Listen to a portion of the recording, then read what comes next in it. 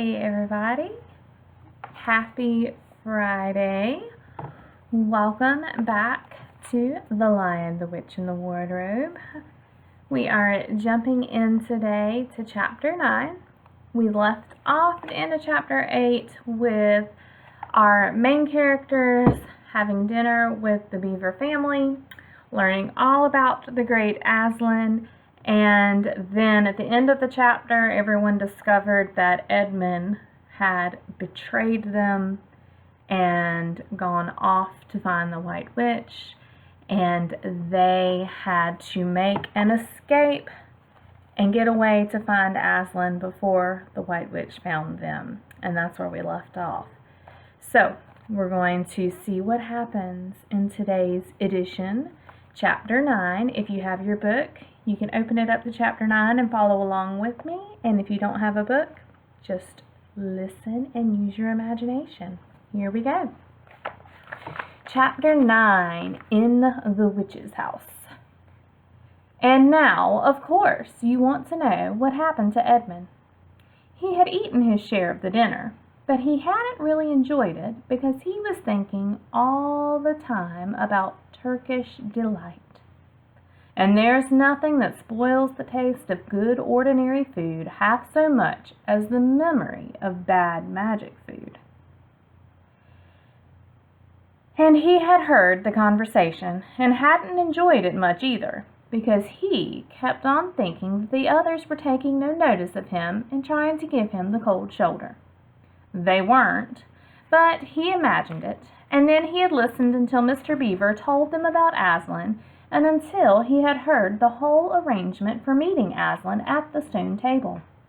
It was then that he began very quietly to edge himself under the curtain which hung over the door, for the mention of Aslan gave him a mysterious and horrible feeling, just as it gave the others a mysterious and lovely feeling. Just as Mr. Beaver had been repeating the rhyme about Adam's flesh and Adam's bone, Edmund had been very quietly turning the door handle, and just before Mr. Beaver had begun telling them that the White Witch wasn't really human at all, but half a djinn and half a giantess, Edmund had got outside into the snow and cautiously closed the door behind him. You mustn't think that even now Edmund was quite so bad that he actually wanted his brothers and sister to be turned into stone. He did want Turkish delight, and to be a prince, and later a king, and to pay Peter out for calling him a beast. As for what the witch would do with the others, he didn't want her to be particularly nice to them, certainly not to put them on the same level as himself, but he managed to believe, or to pretend he believed, that she wouldn't do anything very bad to them, because, he said to himself, all these people who say nasty things about her are her enemies, and probably half of it isn't true. She was jolly nice to me. Anyway, much nicer than they are. I expect she is the rightful queen, really. Anyway, she'll be better than that awful Aslan. At least that was the excuse he made in his own mind for what he was doing. It wasn't a very good excuse, however, for deep down inside him, he really knew that the White Witch was bad and cruel. The first thing he realized when he got outside and found the snow falling all around him was that he had left his coat behind in the Beaver's house, and of course there was no chance of going back to get it now. The next thing he realized was that the daylight was almost gone, for it had been nearly 3 o'clock when they sat down to dinner, and the winter days were short. He hadn't reckoned on this, but he had to make the best of it. So he turned up his collar and shuffled across the top of the dam. Luckily, it wasn't so slippery since the snow had fallen, to the far side of the river. It was pretty bad when he reached the far side. It was growing darker every minute, and what with that and the snowflakes swirling all around him, he could hardly see 3 feet ahead. And then, too, there was no road.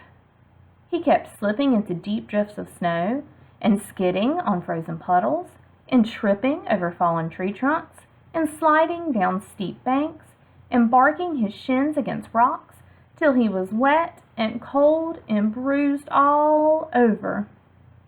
The silence and the loneliness were dreadful.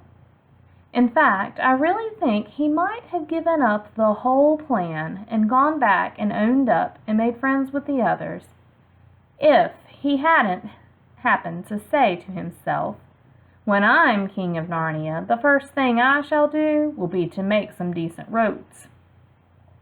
And of course, that set him off thinking about being a king and all the other things he would do, and this cheered him up a good deal. He had just settled in his mind what sort of palace he would have, and how many cars, and all about his private cinema, and where the principal railways would run, and what laws he would make against beavers and dams, and was putting the finishing touches to some schemes for keeping Peter in his place, when the weather changed. First, the snow stopped. Then a wind sprang up, and it became freezing cold. Finally, the clouds rolled away and the moon came out. It was a full moon, and, shining on all that snow, it made everything almost as bright as day. Only the shadows were rather confusing. He would never have found his way if the moon hadn't come out by that time, and he got to the other river. You remember he had seen, when they first arrived at the Beavers, a smaller river flowing into the greater one lower down. He now reached this and turned to follow it up. But the little valley down which it came was much steeper and rockier than the one he had just left, and much overgrown with bushes, so that he could not have managed it at all in the dark. Even as it was, he got wet through, for he had to stoop under branches, and great loads of snow came sliding off onto his back. And every time this happened, he thought more and more how he hated Peter. Just as if all this had been Peter's fault. But at last he came to a part where it was more level and the valley opened up.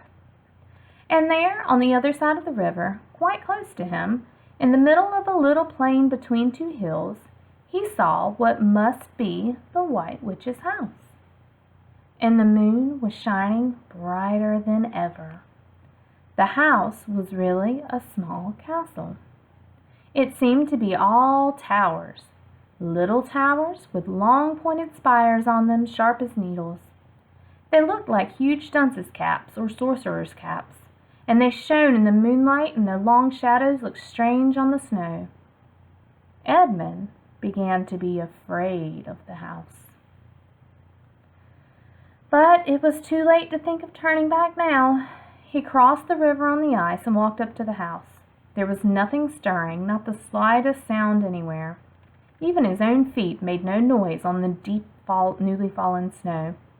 He walked on, past corner after corner of the house, and past turret after turret to find the door. He had to go right round to the far side before he found it. It was a huge arch, but the great iron gate stood wide open. Edmund crept up to the arch and looked inside into the courtyard. And there he saw a sight that nearly made his heart stop beating. Just inside the gate, with the moonlight shining on it, stood an enormous lion, crouched as if it was ready to spring. And Edmund stood in the shadow of the arch, afraid to go on and afraid to go back, with his knees knocking together. He stood there so long that his teeth would have been chattering with cold, even if they had not been chattering with fear. How long this lasted, I really don't know, but it seemed to Edmund to last for hours. Then, at last, he began to wonder why that lion was standing so still, for it hadn't moved 1 inch since he first set eyes on it. Edmund now ventured a little nearer, still keeping in the shadow of the arch as much as he could. He now saw from the way the lion was standing that it couldn't have been looking at him at all. But supposing it turns its head, thought Edmund. In fact, it was staring at something else, namely a little dwarf who stood with his back to it about 4 feet away. Aha, thought Edmund, when it springs at the dwarf, then will be my chance to escape. But still the lion never moved, nor did the dwarf. And now at last Edmund remembered what the others had said about the White Witch turning people into stone. perhaps this was only a stone lion. And as soon as he had thought of that, he noticed that the lion's back and the top of its head were covered with snow. Of course it must be only a statue. No living animal would have let itself get covered with snow. Then very slowly, and with his heart beating as if it would burst, Edmund ventured to go up to the lion. Even now he hardly dared to touch it, but at last he put out his hand, very quickly, and did. It was cold stone. He had been frightened of a mere statue. The relief which Edmund felt was so great that in spite of the cold, he suddenly got warm all over, right down to his toes, and at the same time there came into his head what seemed a perfectly lovely idea. Probably, he thought, this is the great lion Aslan they were all talking about. She's caught him already and turned him into stone. So that's the end of their fine ideas about him. Pooh! Who's afraid of Aslan? And he stood there gloating over the stone lion, and presently he did something very silly and childish. He took a stump of lead pencil out of his pocket and scribbled a mustache on the lion's upper lip and then a pair of spectacles on its eyes. Then he said, "Yah, silly old Aslan, how do you like being a stone? You thought yourself mighty fine, didn't you?" But in spite of the scribbles on it, the face of the great stone beast still looked so terrible and sad and noble, staring up in the moonlight, that Edmund didn't really get any fun out of jeering at it. He turned away and began to cross the courtyard. As he got into the middle of it, he saw that there were dozens of statues all about, standing here and there rather as the pieces stand on a chessboard when it is halfway through the game. There were stone satyrs and stone wolves and bears and foxes and catamountains of stone. There were lovely stone shapes that looked like women, but who were really the spirits of trees. There was the great shape of a centaur and a winged horse and a long lithe creature that Edmund took to be a dragon. They all looked so strange standing there, perfectly lifelike and also perfectly still, in the bright, cold moonlight, that it was eerie work crossing the courtyard. Right in the very middle stood a huge shape like a man, but as tall as a tree, with a fierce face and a shaggy beard and a great club in its right hand.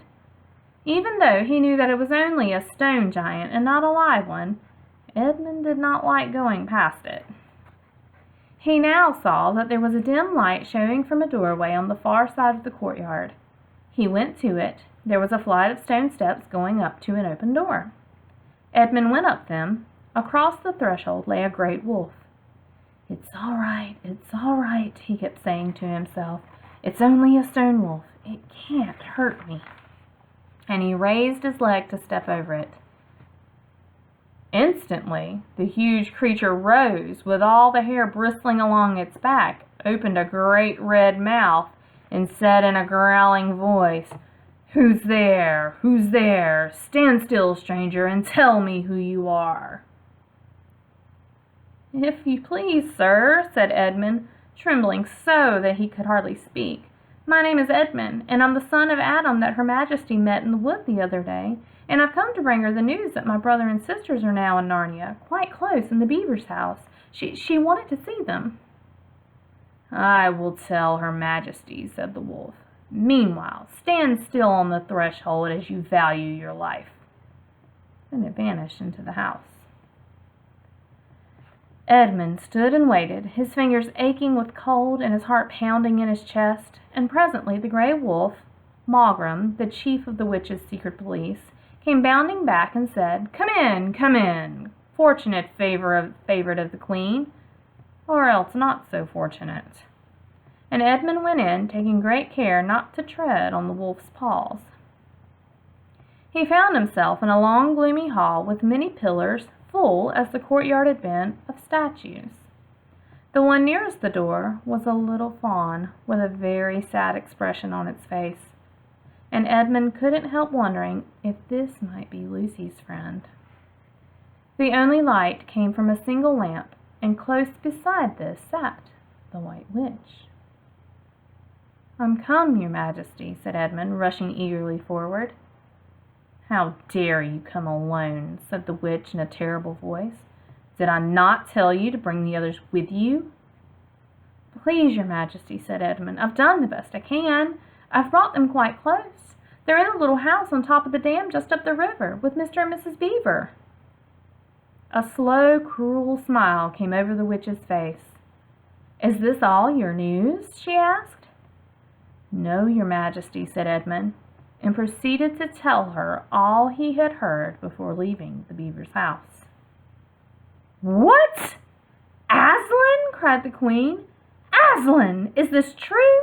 If I find you have lied to me—" "Please, I'm only repeating what they said," stammered Edmund. But the Queen, who was no longer attending to him, clapped her hands. Instantly, the same dwarf whom Edmund had seen with her before appeared. "Make ready our sledge," ordered the witch, "and use the harness without bells." That's the end of chapter 9. What do you think is going to happen next? Where's the witch going to go in the sledge without bells? What's going to happen to Edmund? What's going to happen to Peter and Lucy and Susan and the Beavers? What's Aslan going to do? I don't know. It's going to be interesting to see what happens next. Your challenge for this chapter is to create the White Witch's house. We heard all about what it looked like. It was a small castle, all the statues, all of the turrets, they said, that looked like dunces' caps, all the pointy things all over it, the great arch and the gate, and all kinds of great details we heard about the White Witch's house. So your job is to create that. You can decide how you want to create it. You can draw it. You can paint it. You can build it somehow. Maybe you've got materials at home to build with. Maybe you've got recyclable materials like you guys used for the STEAM challenge this week. Or maybe you have Play-Doh or clay, or even for this you could even use Legos or something like that. But whatever you've got at home, create the White Witch's home, her palace, and make sure you snap a picture of that and get your parents to upload it in the comments. Can't wait to see what you guys create. We're praying for you guys. I hope that you are enjoying the beautiful weather, ready for a great weekend, and we'll check in next week with our next chapter. See you then. Bye.